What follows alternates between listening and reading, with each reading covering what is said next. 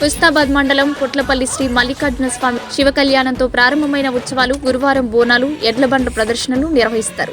రాత్రి స్వామివారిని భక్తులు బోనాలు సమర్పించారు. అలాగే పట్నాలు వేసి కార్యక్రమాలు నిర్వహించారు.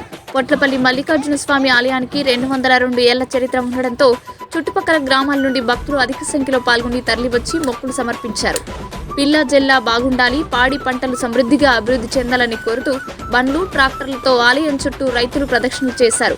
కోరిన కోరికలు తీర్చే దైవంగా భావించే మల్లికార్జున స్వామికి యువకులు బోనాలు దీపాలతో ప్రదక్షిణలు చేశారు. ఉత్సవాలలో గ్రామ సర్పంచ్ రాజపల్లి శ్రీనివాస్, ఉప సర్పంచ్ చెప్పాల శ్రీధర్, భక్తులు తదితరులు పాల్గొన్నారు.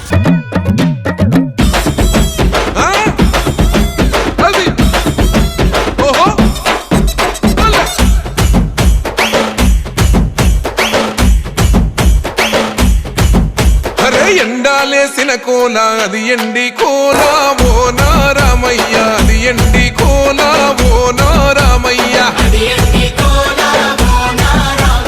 బాయిలేసిన కోల అది బంగారు కోల ఓ నా సీతమ్మ, అది బంగారు కోల ఓ నా సీతమ్మ.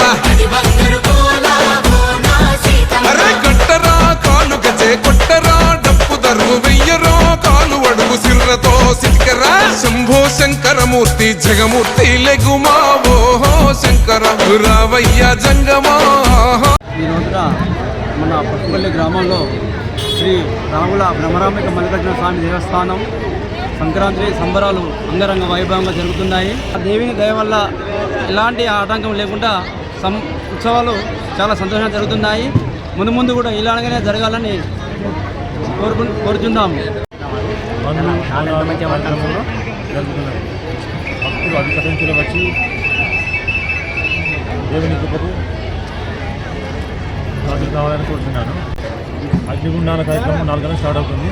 భక్తులు అధిక సంఖ్యలో పాల్గొవాలని కోరుతున్నాను.